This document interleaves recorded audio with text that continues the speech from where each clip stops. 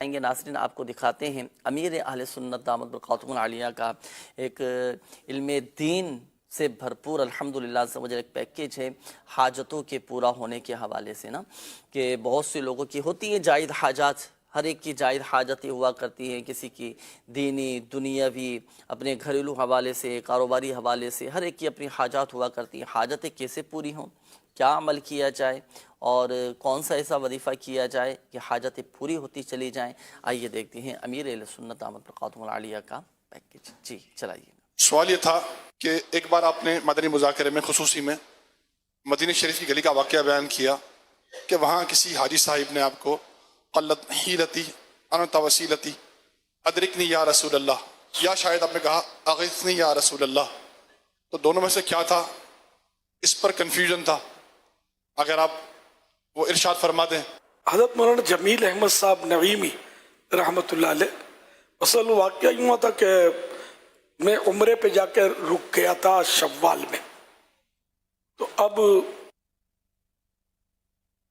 حج کے لیے اعلان ہوا کہ حج کا تناظر جو بھر دے تو بھلے حج کر لے، یہ قانونی طور پر حج کر لے۔ تو میں نے سیدی قطب مدینہ سے عرض کیا کہ میں کیا کروں، دوستوں کا تو یہی تھا کہ کوئی پوچھتا نہیں ہے بولتا نہیں ہے، خیر سیدی قطب مدینہ نے فرمایا کہ غیر قانونی نہیں کرنا ہے، قانونی حج کریں۔ پھر میں نے پاسپورٹ کسی ایجنٹ کو دیا، کسی اس وقت تو دعوت اسلامی تو بنی بھی نہیں تھی، تو کسی دوست کے ذریعے اب وہ ایجنٹ نے جدہ شریف بھیج دیا پاسپورٹ، اب میں بغیر پاسپورٹ کے گھوم رہا ہوں، پاسپورٹ ہے نہیں میرے پاس، دن بھی نکل گئے، کئی دن ہو گئے، شاید ایسا کچھ ہوا۔ اب مجھے تھوڑا تشویش ہو رہی تھی، تو حضرت مولانا جمیل احمد صاحب نعیمی رحمۃ اللہ علیہ مجھے مل گئے۔ سن 80 کا واقعہ، پنج پیالہ ایک زیارت گاہ ہے، اس کے قریب یہ مل گئے مجھے، یہ حج پہ تشریف لائے تھے۔ تو میں نے ان سے تذکرہ کیا، اچھا وہ زیارت گاہ ہے؟ میں نے کہا ہے تو صحیح، سارے فضاؤں میں ہے، تو اب وہاں عمارت بن گئی ہے، زیارت ہو نہیں سکتی اب۔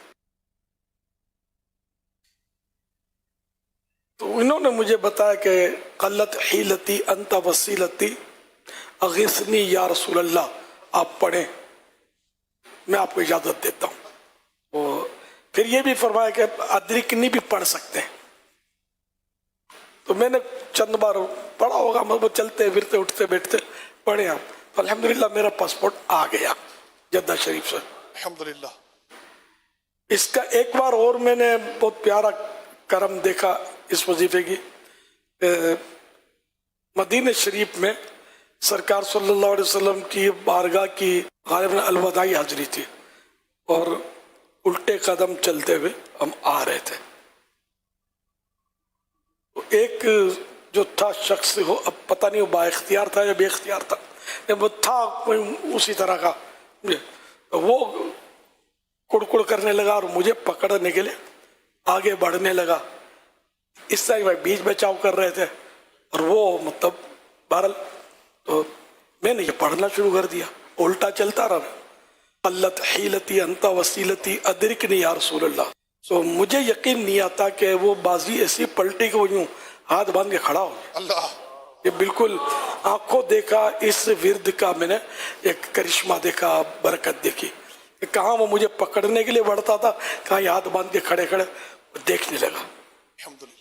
اور الحمدللہ میں اپنے حساب سے الٹا چلتا ہوا۔ یہ ورد بہت اچھا ہے حاجت براری کے لیے، تو بے شمار بار پڑھنا ہوتا ہے، وضو نہ ہو تب بھی پڑھ سکتے ہیں۔ قلت حیلتی انت وسیلتی ادرکنی یا رسول اللہ، یہ اغثنی یا رسول اللہ، اغثنی کا تلفظ ذرا مشکل ہے، اس لیے میں ادرکنی عام طور پہ بتاتا ہوں، یہ آسان ہے، دونوں میں جو بھی پڑھے۔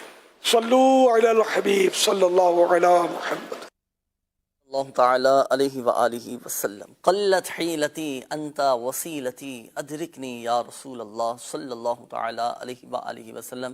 جائز مقاصد میں کامیابی کے لیے، حاجتوں کے پورا ہونے کے لیے زبردست وظیفہ، بہترین وظیفہ یہ الحمدللہ سے وجل امیر اہل سنت دامت برکاتہم العالیہ نے عطا فرمایا ہے. تو ہمارے ناظرین، تمام ہی ناظرین یہ وظیفہ پڑھ سکتے ہیں الحمدللہ سے وجل. اس کی برکتیں بھی ملیں گی اور الحمدللہ سے وجل حاجتیں بھی پوری ہوتی چلی جائیں گی. کوئی وقت خاص نہیں ہے، جب چاہیں، جس وقت چاہیں، جتنا چاہیں یہ وظیفہ اپنی زبان پر جاری رکھیں اور پیارے آقا صلی اللہ تعالی علیہ وآلہ وسلم کی بارگاہ میں استغاثہ پیش کرتے رہیں، عرض کرتے رہیں قلت حیلتی انت وسیلتی ادرکنی یا رسول اللہ صلی اللہ تعالی علیہ وآلہ وسلم. انشاءاللہ الکریم اللہ کی رحمت سے کرم ہوگا اور کام بنتے چلے جائیں گے انشاءاللہ الکریم.